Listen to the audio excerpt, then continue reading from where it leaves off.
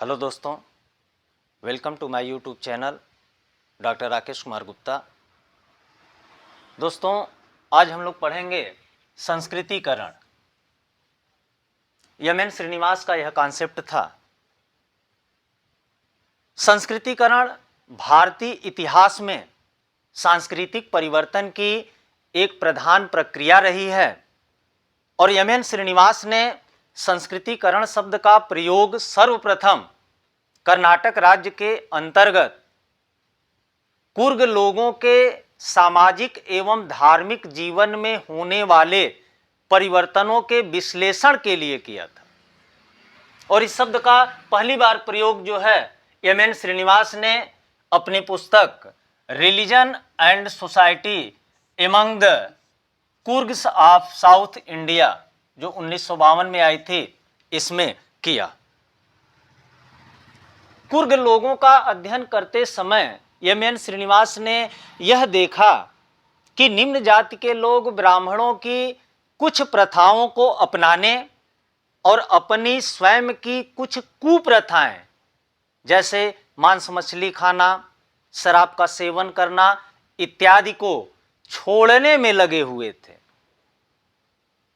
वे ब्राह्मणों की भोजन संबंधी आदतों, उनकी वेशभूषा और उनके कर्मकांडों को अपना करके अपनी स्थिति को ऊंचा उठाने का प्रयास कर रहे थे। सांस्कृतिक गतिशीलता की इस प्रक्रिया का वर्णन करने के लिए एम.एन. श्रीनिवास ने सबसे पहले ब्राह्मणीकरण शब्द का प्रयोग किया।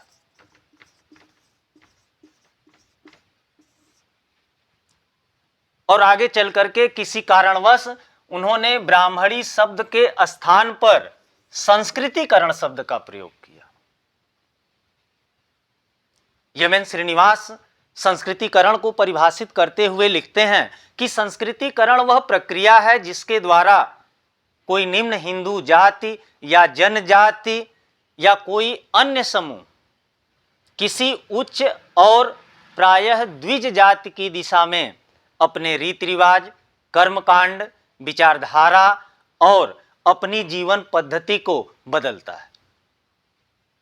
आगे एम.एन. श्रीनिवास यह भी लिखते हैं कि किसी स्थानीय प्रभु जाति को आदर्श मानकर अपनी जीवन शैली में परिवर्तन लाना भी संस्कृतिकरण ही माना जाएगा।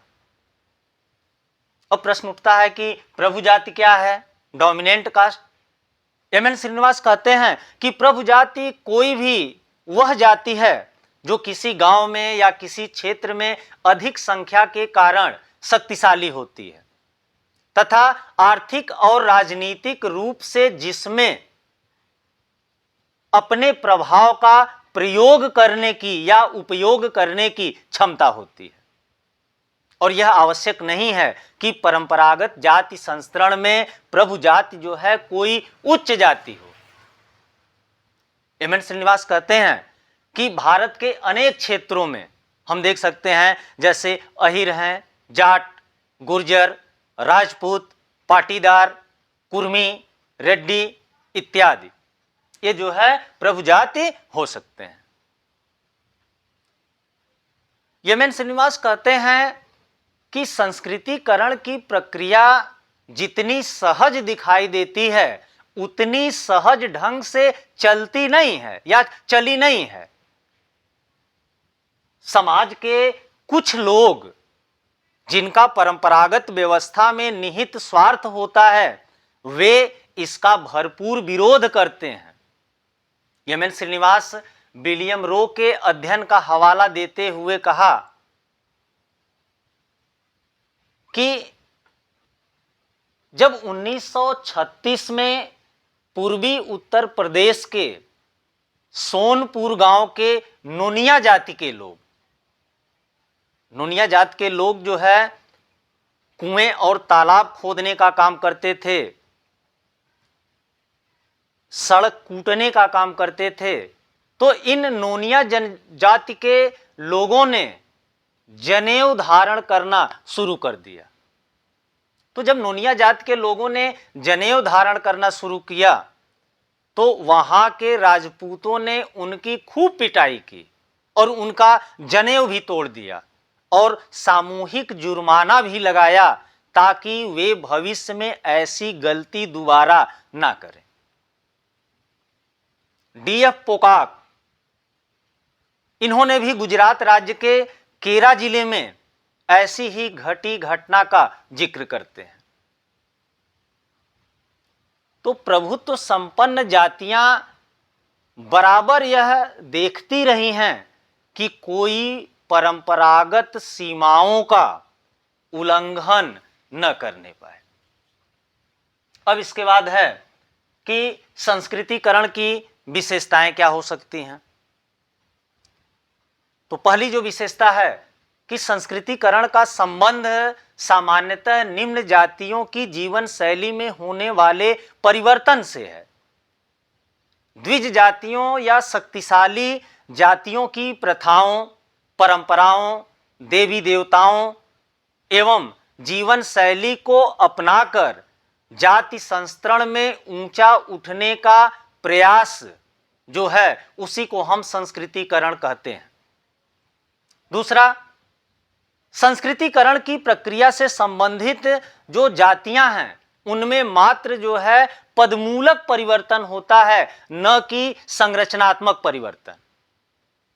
कहने का तात्पर्य यह है कि संस्कृतिकरण के द्वारा जाति व्यवस्था की संरचना में कोई परिवर्तन नहीं होता है, बल्कि उस संबंधित जाति के पद सोपान क्रम में चढ़ाव मात्र होता है। जैसे आप देख सकते हैं कि हमारे वहां ब्राह्मण, क्षत्रिय, वैश्य और शूद्र। तो एम.एन. श्रीनिवास कहते हैं कि कोई संरचनात्मक परिवर्तन नहीं होता है कि कोई निम्न जाति जो है इधर पहुंच जाएगी। वो कहते हैं कि केवल पोजिशनल चेंज होता है, पदमूलक परिवर्तन होता है, और ये जो पदमूलक परिवर्तन होता है वह उस संबंधित जाति के पद सोपान क्रम में चढ़ाव मात्र होता है। तीसरी विशेषता है, संस्कृतिकरण वह प्रक्रिया है जिसके अंतर्गत निम्न जातियों के द्वारा उन परंपराओं का अनुकरण किया जाता है जिसका कुछ समय पहले तक केवल उच्च या प्रभावशाली जातियों में देखने को मिलता था। जैसे जनेऊ धारण करना, कर्मकांडों के अनुसार संस्कारों को पूरा करना, शाकाहारी भोजन करना, अपवित्र पेशों या व्यवसाय से दूर रहना, तीर्थ यात्राएं करना इत्यादि। चौथी विशेषता है कि संस्कृतिकरण का तात्पर्य केवल ब्राह्मण जातियों के व्यवहारों को ग्रहण करना नहीं है। यह अनुकरण क्षेत्र की किसी भी प्रभावशाली जाति की सांस्कृतिक विशेषताओं का हो सकता है। और पांचवी विशेषता है कि वर्तमान दशाओं में संस्कृतिकरण और विसंस्कृतिकरण दोनों प्रक्रियाएं एक साथ देखने को मिलती हैं। विसंस्कृतिकरण क्या है कि जब उच्च जाति के लोग अपनी परंपरागत सांस्कृतिक विशेषताओं को छोड़ करके निम्न जातियों के व्यवहारों का अनुकरण करने लगते हैं तो उसी को एम.एन. श्रीनिवास जो है विसंस्कृतिकरण कहता है। आज उच्च जातियों के द्वारा मांस मदिरा का प्रयोग करना, परंपरागत वैवाहिक नियमों का उल्लंघन करना, कर्मकांडों को छोड़ना, जनेऊ का त्याग करना, ये सारी चीजें विसंस्कृतिकरण के उदाहरण हैं। और छठी विशेषता है संस्कृतिकरण की कि वर्तमान समय में संस्कृतिकरण सामाजिक गतिशीलता की एक सामूहिक प्रक्रिया है, न कि व्यक्तिगत प्रक्रिया। तो आज के लिए बस इतना ही। तो दोस्तों, please like and share this video and subscribe my channel doctor Rakesh Kumar Gupta. धन्यवाद।